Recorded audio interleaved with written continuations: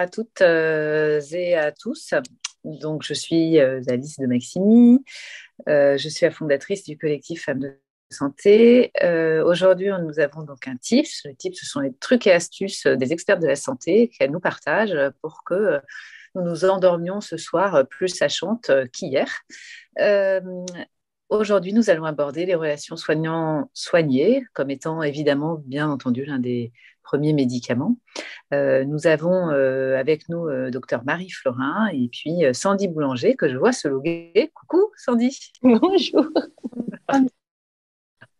On est très heureuse de te voir. Alors, Marie Florin, je vais présenter les deux très très rapidement puisque j'ai deux personnes à présenter et que la parole est à elle et pas à moi.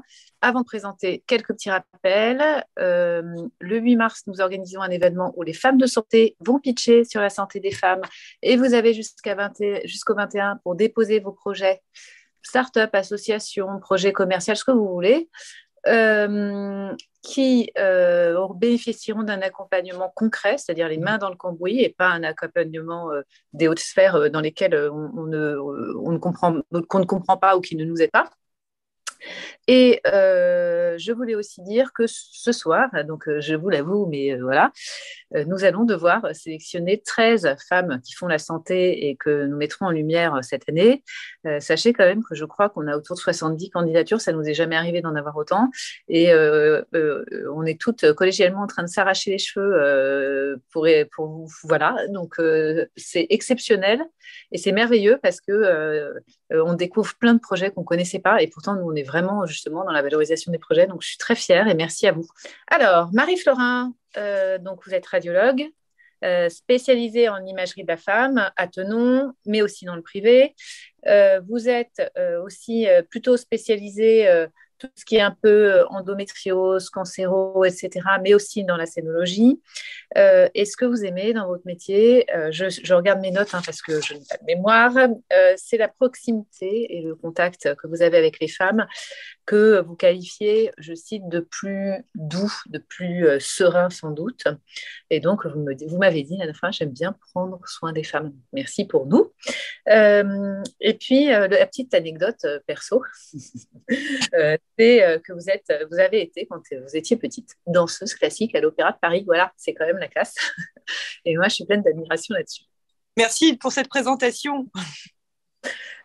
Sandy Boulanger. Alors, Sandy Boulanger, elle est somatothérapeute et sexothérapeute en libéral, mais aussi en établissement de santé. Elle est déjà intervenue plusieurs fois avec nous. Sandy s'y connaît extrêmement bien dans tout ce qui est accompagnement de la psychologie des patients et elle joint à la fois le toucher et la psychologie et la sexothérapie parce que les trois ensemble donne des choses merveilleuses. Et d'ailleurs, vous l'entendrez dans l'un des podcasts des expertes de la santé que j'ai écouté il y a 2 jours et qui m'a fait pleurer, voilà, je le dis. Et donc, elles vont toutes les deux nous parler. Ce qu'elle a de particulier, Sandy, outre effectivement son parcours super, disons-le, atypique, c'est qu'elle a 5 enfants, c'est ça, c'est 5, je ne me trompe pas, voilà. Et dont 3 biologiques et 2 de cœur. Donc voilà, et donc c'est quand même le bonheur. Voilà, et moi je vais vous laisser la parole et je vais me taire pendant un quart d'heure. Et ça va être un quart d'heure pour moi où je vais apprendre plein de choses. Et je vais déconnecter mon micro. À très bientôt, la parole est à vous. Alors, merci pour cet espace, Femmes de Santé. Avec Marie, ce qu'on s'était dit, c'était que c'était bien d'avoir un témoignage d'un médecin, quelqu'un de professionnel de la santé, et de l'autre, effectivement, moi qui fédère aussi tous ces témoignages de patientes. Et à nous deux, aujourd'hui, on va vous exposer en fait le fait que la relation soignant-soigné a changé depuis quelques décennies maintenant. C'est lent, mais il y a d'autres façons de mettre en place et d'être responsable, tant du point de vue des soignants que du point de vue des soignés, une relation de confiance, parce que si on n'a pas de confiance, eh bien, c'est vrai qu'on n'avance pas, ou pas bien, ou en douleur. Et l'idée de ce tips aujourd'hui, c'est ça. C'est et Marie qui connaît beaucoup les patientes et qui est médecin, et de l'autre, moi qui connais aussi les patientes, pour qu'on puisse réussir à construire la relation médicale de maintenant et non pas de demain. Marie, à toi. Oui, tout à fait. C'est vraiment trouver les tips pour optimiser l'alliance, c'est vraiment l'alliance entre le patient et le soignant pour que ce soit bénéfique pour tout le monde, que ce soit le patient, mais aussi le médecin. Je pense que tout d'abord, c'est une rencontre entre deux personnes. Tout commence par cette rencontre avec un premier bonjour et un sourire. Je pense que déjà, ça, c'est la première chose. Il faut s'imaginer que nous, en tant que soignants, les personnes qu'on a en face, par exemple, notamment en imagerie, arrivent dans un état de stress. Donc, parfois, ça peut se traduire par de l'agressivité. Ça arrive quand même assez fréquemment. Et je pense que la première chose que le soignant doit faire, que ça aille de la secrétaire au médecin, hein, c'est commencer par se poser la personne, la regarder en face et savoir comment elle va. Ça permet de désamorcer et elle, de refaire tomber l'état de stress en se disant bah, on m'a compris, on a compris comment moi je me sentais et voilà, et donc ça peut justement après améliorer la prise en charge, etc. Je ne sais pas ce que tu en penses déjà juste sur le point de rencontre entre ces deux. Oui, je suis complètement d'accord avec toi. Et quand on s'en est parlé, c'est ce qu'on appelait en fait prendre la météo intérieure. Alors, comme on est deux parties, un côté soignant ou un côté patiente, l'avantage, c'est qu'il y en ait au moins un des deux qui ait conscience de cet outil-là. La météo interne, lors d'un rendez-vous médical, est essentielle. Le médecin, effectivement, peut être amené à demander comment vous vous sentez aujourd'hui. C'est ce que tu fais et ce que tu me partageais à chaque rendez-vous, Marie. Mais on peut aussi, en tant que patiente, se le dire comme un rituel de pouvoir dire, ben voilà, aujourd'hui, docteur, je me sens comme ça, je suis stressée ou j'ai peur. Et tout de suite, on met une relation de confiance très rapidement. On n'a pas besoin de raconter sa vie. C'est simplement de pouvoir partager cette météo. C'est un ou deux adjectifs qui vont permettre, en fait, de mettre tout le monde sur le même pied d'égalité et de pouvoir pratiquer l'examen avec la coloration de cette météo. Oui, tout à fait. Même en tant que soignant, je pense qu'on peut aussi exprimer notre météo interne tout en n'étant pas non plus en déballant tous ses sentiments, mais on est aussi une personne humaine et avec une vie, une histoire, et il y a des journées avec et des journées sans. Voilà. Ensuite, une fois qu'il y a eu cette rencontre, moi, je pense que expliquer tout le déroulement de ce qu'on va faire et pourquoi la personne est là, c'est très important parce que les gens arrivent souvent, ils comprennent. On leur a prescrit par exemple une imagerie, une écho-pelvienne ou autre. Ils ne savent pas du tout ce que moi je vais leur faire et même juste pourquoi, parce que personne n'a pris le temps de leur dire on va chercher ça et ça. Et je pense que prendre juste quelques secondes à expliquer voilà ce qu'on va faire, le temps que ça va durer et pourquoi et qu'est-ce qu'on va conclure à la fin de cet examen, ça permet à la personne de vraiment être encore plus en confiance et d'accepter plus l'examen et tout le déroulement de la consultation.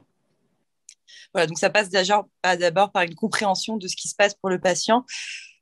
Rien qu'une chose un peu bête, pour nous, il y a des choses typiquement qui nous paraissent anodines, par exemple un kyste du sein, c'est d'une banalité absolue. On en trouve pas chez les dames, mais parfois, il y a des patientes qui ne comprennent pas, qui sont hyper inquiètes, etc. Donc, il faut prendre le temps d'expliquer que bah, c'est rien, même si pour nous, ça nous paraît évident. Voilà. Donc, Sandy, je te laisse. C'est juste ce que tu dis. Oui, c'est de pouvoir se ramener en fait à la même hauteur. Un médecin a une expertise, un patient est là en demande, mais en même temps aujourd'hui, la relation du patient a changé parce qu'il y a énormément d'informations qui sont disponibles à aller chercher sur Internet ou les associations, ce qui génère aussi des fois beaucoup plus d'angoisse parce que on ne sait pas ce que c'est précisément, mais on a toute une foule d'informations et aussi il y a un engagement de la patiente dans son parcours de soins. C'est ça qui a radicalement changé aussi. Et c'est vrai que d'expliquer les examens et pourquoi on le fait, on revient sur le parler vrai de Dolto. Et dans ce parler vrai, ce n'est pas de se mettre au niveau de la patiente, c'est de créer une relation de confiance pour que le savoir médical reste un savoir médical. Il ne remplace pas tout ce qu'on peut lire sur Internet. Donc, le médecin n'est pas dévalorisé, mais il est là pour inclure la patiente dans son parcours. Et c'est vrai que souvent, dans le parcours de soins, on a différents experts. On va rencontrer différents médecins. Chacun va être très différent, mais plus on peut valoriser cette relation-là, qui va reposer sur le patient et sur les médecins, et plus on va faciliter l'échange et la compréhension, et notamment pour certains examens, quand il y a des femmes, je pense à l'endométriose, qui vont devoir régulièrement exposer leur corps et subir, parce que on ne choisit pas cette maladie-là, mais avoir une nécessité d'un examen très fréquent, au bout d'un moment, c'est vraiment pénible et on vient à questionner la légitimité de cet examen. Donc, je pense que d'expliquer, Marie, tu as complètement raison. Ça ne prend pas plus de temps, mais ça permet de ramener la patiente à un niveau de vous êtes partie prenante de ce parcours. Vous n'êtes pas juste une chose. Et ça, c'est humaniser la relation. Hein. Oui, tout à fait. Toujours, c'est vraiment une relation. C'est ça le mot-clé, c'est un échange et une alliance entre deux personnes.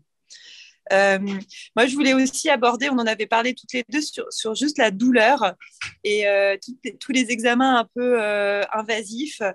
Parfois, pareil, les dames arrivent, je dis dames parce que moi j'ai souvent des dames, mais dans un état de stress et la douleur est très, très subjective finalement. Il y a des études qui l'ont montré et finalement, plus on est stressé, plus on aura mal. Donc, c'est un petit tips pour amener les gens à l'état basal quand ils sont dans un état de stress, c'est de l'auto-hypnose. Vous pouvez d'ailleurs le faire tout seul chez vous si vous êtes stressé. C'est vous faites alors vous dites à la patiente de regarder 5 objets dans la pièce, puis de fermer les yeux, d'écouter 5 sons, puis 5 sensations, réouvrir les yeux, 4 objets, 4 sensations, 4 sons, puis 3, puis 2, puis 1. Ça prend à peu près 5 minutes, mais ça calme les gens et ça les remet à l'état basal. Et le niveau de stress aigu, ils sont retombés et on peut faire de manière beaucoup plus sereine l'examen, la biopsie ou autre chose un peu plus invasive. Voilà, ça c'était juste un petit tips en plus. Ah mais qui vaut le coup. Il est petit, mais il est très efficace. C'est vrai que c'est de l'hypnose, mais de l'hypnose ericksonienne, c'est-à-dire que c'est pas de l'hypnose de foire, mais ça permet effectivement de ramener à un état de sérénité ou au moins d'apaisement pour que l'examen soit le moins douloureux possible. Ouais, voilà. Et ça, c'est le médecin qui effectivement peut le proposer parce que tu es un médecin extraordinaire. Et aussi, en tant que patiente, quand on n'a pas ce médecin-là en face, je pense que c'est important aussi de pouvoir lui dire, voilà, je me sens tellement stressée qu'il faut que je fasse un petit exercice de détente. Laissez-moi 2 minutes. Mais ça se dit, en fait. Et 2 minutes, donc le médecin ne va pas se dire, ah, ça y est, c'est parti, je vais être en retard. Voilà, 2 minutes et on sait que les choses vont mieux se passer. Donc, tout le monde est gagnant. Ouais, tout à fait. Et on gagne du temps au final. On gagne du temps. Ensuite, peut-être, on n'a pas beaucoup de temps, mais peut-être sur quand on se quitte, moi j'aime bien toujours demander s'ils ont d'autres questions, parce que même si on a l'impression d'être clair, parfois les gens, on n'est pas à leur place et on sait pas, on peut pas savoir ce qui se pose. Ils n'ont pas nos connaissances, voilà, ils ont une vision différente et ils ont peut-être des questions qui nous paraissent qu'on n'aurait pas voilà, même imaginé. Mais voilà, donc que les gens partent pas avec plein de questionnements encore, même si tout s'est bien passé et qu'ils sont pas vraiment malades. Voilà, toujours faire en sorte que les gens partent sans trop cogiter après. Moi, je trouve que c'est assez important. Et du coup, du côté de la patiente, ce qui peut être important aussi, c'est de préparer son examen et pourquoi pas d'écrire une liste de questions que l'on peut avoir avant son examen, décrites. Comme ça, au fil de l'examen et de la discussion, on peut avoir des réponses spontanément que le médecin va apporter. Mais s'il reste des zones comme ça obscures de questionnement, d'avoir sa liste et de se dire, ah bah oui, en fait, je pensais à ça aussi. Donc, c'est encore une fois dans les deux parties que l'on peut bâtir la relation la plus sécurisante et confortable. En tant que patiente, on peut aussi arriver avec sa liste des questions principales pour pouvoir repartir en confiance chez soi. Ouais. Voilà. Je pense qu'on a fait nos 15 minutes. Je ne sais pas, Alice, où on en... Je crois qu'à la minute près, donc bravo mesdames. Je vais juste reprendre 4-5 points que vous avez dit parce que je les trouve extrêmement intéressants avant de céder la parole à l'auditoire. D'abord, le fait de dire bonjour et de sourire, et puis de prendre un peu la météo interne, très jolie, et de partager cette météo et la météo interne du patient. Aussi de pouvoir dire comment on va faire l'examen, ce qu'il va y avoir, le temps que ça va durer pour mettre à l'aise le patient.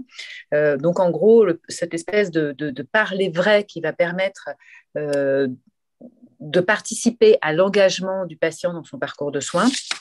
Et puis aussi le fait de prendre en compte le stress et la douleur et d'assumer, de prendre un temps avec le patient pour justement baisser ce niveau de stress et permettre finalement qu'il y a moins de douleur, notamment par une petite hypnose, voilà, que tu as proposée, Marie.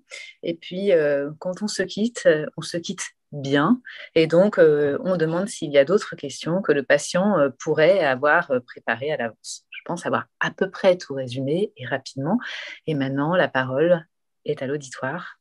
On vous écoute. Bonjour à tous. Alors, j'ai pas de vidéo, hein, je suis pas sur le lieu adéquat, hein, je suis vraiment de loin, donc désolée.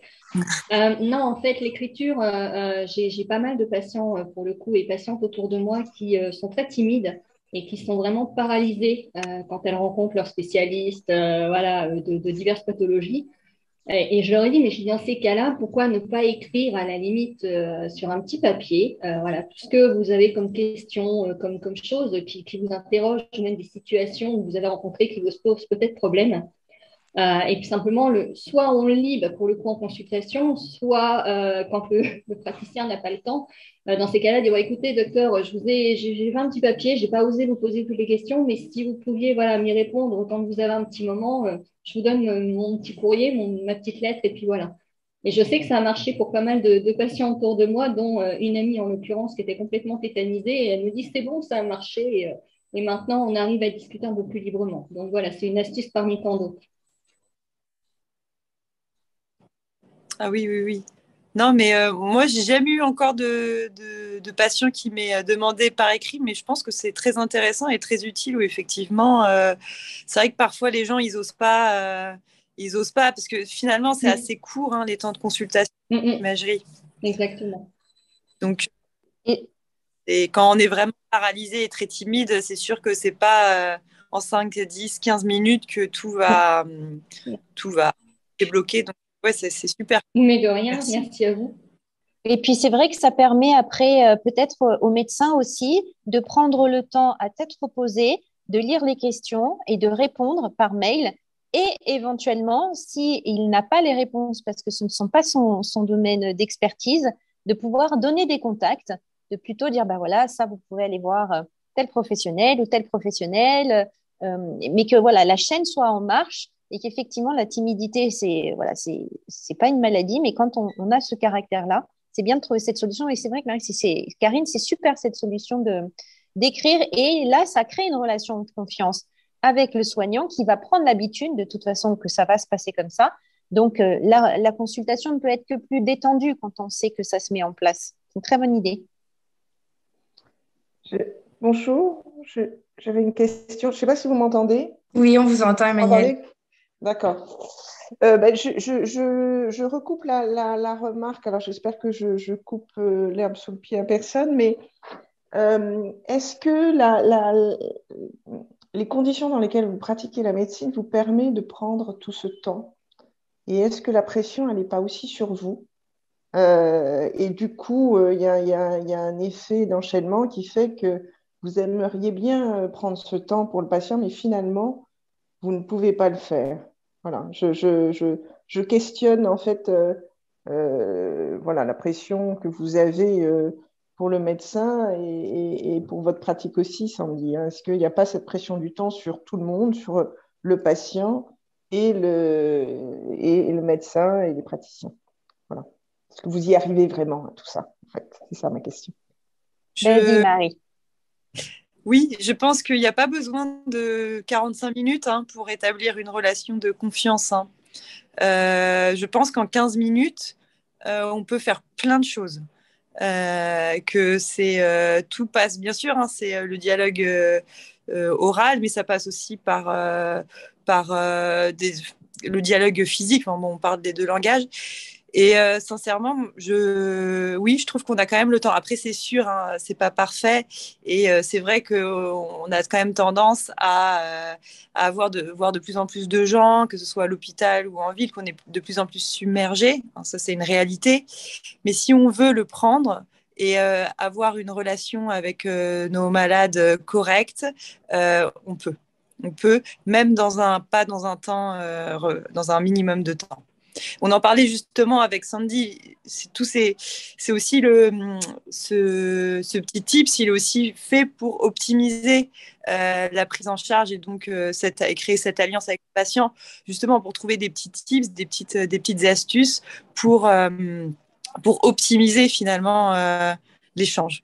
Voilà, je ne sais pas ce que tu en penses, Sandy. Mais je te rejoins complètement. Je trouve aussi que quand on fait l'effort de s'asseoir dans son corps juste quand on commence une nouvelle consultation, ça permet d'être pleinement présent et effectivement, du coup, de créer une relation plus rapide et qui va prendre moins de temps. Et il y a toujours des aléas, il y a toujours des urgences. Et je crois que plus on est détendu avec le fait que tout va quand même se faire et rentrer, mais le temps est très différent. C'est comme en hypnose, toujours, on parle du temps d'horloge extérieure. Bon, ben, si on prend soin de son temps d'horloge interne, à savoir de respirer, d'être présent et de soi-même ne pas se dire qu'on est en train de courir comme le lapin d'Alice, eh ben, c'est vrai que ça peut être vécu tout à fait différemment. Bien sûr qu'en fonction des spécialités, je vois le message qui passe, c'est très différent, mais plus on rentre dans je ne peux rien faire, et moins les choses peuvent évoluer. Et c'est pour ça qu'avec Marie, on vous partage ce tips, c'est que c'est une histoire à deux. On est deux dans cette relation. Il y a la patiente, il y a le soignant. Et plus on arrive ensemble à favoriser ce lien, et plus les choses vont pouvoir se produire différemment. Si on ne fait que constater ce qui ne va pas, on n'y arrive pas. Il y a le temps, c'est incompressible, c'est vrai. Et aussi parfois, en étant présent pleinement dans sa relation rapidement, et ça c'est un apprentissage, on arrive à gérer les choses différemment. Donc ça ne résout rien, mais ça change beaucoup. Merci. Oui, bonjour, merci de ce moment à partager. Merci Sandy de rappeler que nous parlons d'hypnose ericksonienne à l'infirmière hypnothérapeute que je suis et pas d'hypnose de cirque. J'ai été très intéressée lorsque vous avez parlé du médecin expert et en DU de médecine narrative, on revient sur l'expertise du patient qui mieux que lui connaît ce dont il a besoin. Je ne me méprends pas sur les connaissances de l'imagerie et de la médecine, bien entendu, mais qui mieux que le patient va savoir ce qui est bon pour lui dans sa relation et juste quand vous dites simplement se dire bonjour, mais voilà des choses fondamentales que l'on a parfois oubliées et pas que sous des prétextes de temps. Le temps, certes, il faut faire avec, c'est évident, mais parfois c'est du temps gagné que de se dire bonjour, de respirer et d'accueillir l'autre dans sa vulnérabilité. Il me semble, hein, il me semble. Et à ce titre, j'ai beaucoup aimé quand vous avez dit questionner et puis demander s'il y avait d'autres questions et aussi une question qui se pose qui est est-ce que vous auriez aimé que je vous pose une autre question? Voilà. Merci beaucoup en tous les cas. Moi, je suis accompagnante sur le deuil, hein, je ne fais pas d'imagerie, je suis en libéral sur le bassin d'Arcachon. Mais voilà, c'est le temps que l'on prend et c'est le temps que l'on donne. Et comme disait Erickson, l'hypnose, c'est une rencontre chaleureuse entre deux personnes. Merci Exactement. Beaucoup. Merci à vous. Est-ce que vous avez d'autres questions? Oui, j'avais vu un message passer qui disait que les femmes médecins ou les femmes soignantes étaient de toute façon toujours plus à l'écoute. Alors, moi, j'ai pas envie de tomber dans ces travers-là. Je trouve que c'est un peu du sexisme, même si effectivement, de par la nature du féminin, il y a une posture d'écoute qui peut être plus favorable. Et il y a aujourd'hui quand même beaucoup de femmes aussi qui ont perdu cette écoute-là. Et il y a beaucoup d'hommes qui ont développé cette écoute-là. Donc, moi, j'ai pas envie qu'on se dise ah, les femmes sont plus, les hommes sont moins. J'ai envie de se dire que on a des êtres humains en face de nous dans des contextes et des périodes. Et une année, un médecin peut être super à l'écoute, et puis l'année d'après, il lui arrive des choses, et puis il ne l'est plus du tout. Ou au contraire, parce qu'il va traverser, elle va traverser des choses difficiles. Vous comprenez? Tout est toujours en mouvement, en fait. Et j'aime bien cette possibilité du mouvement, parce que personne n'est figé dans une case de gentil ou de méchant. Mais si soi-même, on a envie d'ouvrir cet espace-là, et c'est pour ça que j'attirais votre attention sur la partie patiente, parce que si soi-même, on arrive à dépasser nos peurs, parce que d'être chez un médecin, ça fout toujours la trouille, toujours. Ça veut dire qu'on ne va pas bien, sinon on serait tranquillement chez nous dans notre canapé. Donc, les peurs que l'on a, on peut aussi apprendre à les gérer, et notamment avec se parler vrai. Voilà, de dire que on est complètement en vrac, que ça va pas du tout, que cette histoire nous fout la trouille.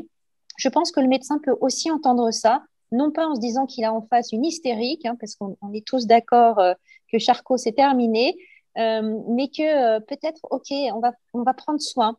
Et ce que vous disiez sur l'histoire du patient et de la connaissance, ben voilà, on est en plein dedans. Les patients experts, les patients partenaires, oui, mais on ne peut se passer des soignants. Moi, j'ai envie qu'on continue cette alliance-là, parce que chacun de notre côté, on ne peut rien faire. On a besoin les uns des autres, et à trouver des petites astuces en fonction de nos moments, de nos météos et de nos caractères, de trouver une bonne façon de faire du soin. Eh bien, je vais poser la question du coup à Marie. Marie, est-ce que tu veux ajouter quelque chose avant que je conclue le tips? Car, pardon, il est 58. Non, Sandy a vraiment très bien résumé. Non, c'est vraiment, je suis assez d'accord pour dire que c'est une alliance entre le soignant et le patient. Et tout, je pense que le mot alliance et relation, ça veut tout dire. Voilà.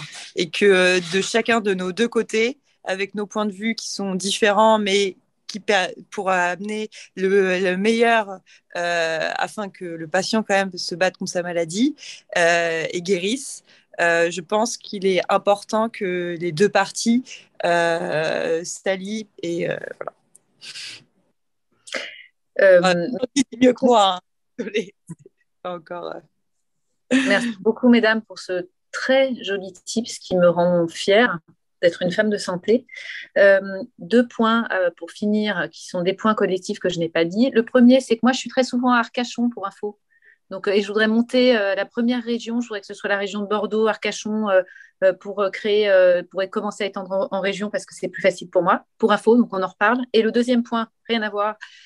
On a une plateforme privée du collectif, https://collectif.femmedesanté.fr, qui est réservé aux membres. Il faut juste vous inscrire. Cette plateforme, elle peut être en mode gratuit, ou elle peut être en mode où vous demandez des services qui sont un peu plus individuels, et comme nous, on bosse comme des folles, et ben, on vous demande une petite participation, mais franchement, c'est pas du tout le prix que ça nous coûte. Donc, welcome on board. De toute façon, venez sur cette plateforme. Elle est en libre accès. Enfin, elle est en accès privé, mais vous pouvez y rentrer gratuitement. Donc, venez, parce que tout ce qu'on raconte, il y a des appels à l'aide de vous, entre vous. Nous, on vous poste tous les liens, etc. Allez-y, c'est quand même dommage. On l'a créé à votre demande, avec vous et pour vous. Voilà, je crois que j'ai fini ma petite annonce. Merci à toutes.